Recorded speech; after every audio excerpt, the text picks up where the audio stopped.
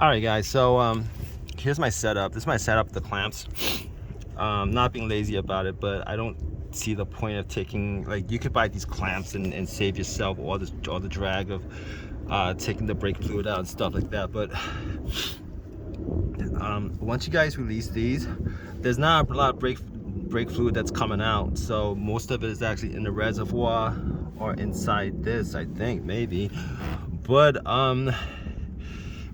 these lines are coming off pretty easy. They're not difficult. I blasted them with some PB blast.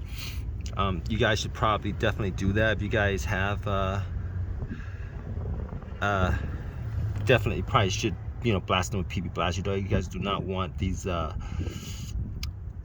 lines to get stuck around these, you know, these little nuts to get round off and stuff like that. I'm probably gonna take this bracket off, and once I take these lines off,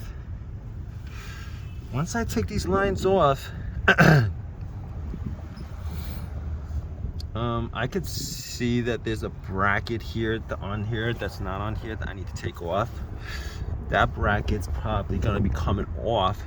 I'm gonna take that bracket off. It shouldn't be that easy to do. I'm gonna take this bracket off, take this off, and after that, this whole entire thing is, you know, this whole entire thing is just one assembly. I'm gonna go to the under the driver's side, take the 4 bolts off, and this should just slip out pretty easily. Hopefully, I'm crossing my fingers on that. I've been wrong every once in a while, particularly with rust and everything, but it just seems to be a straightforward job.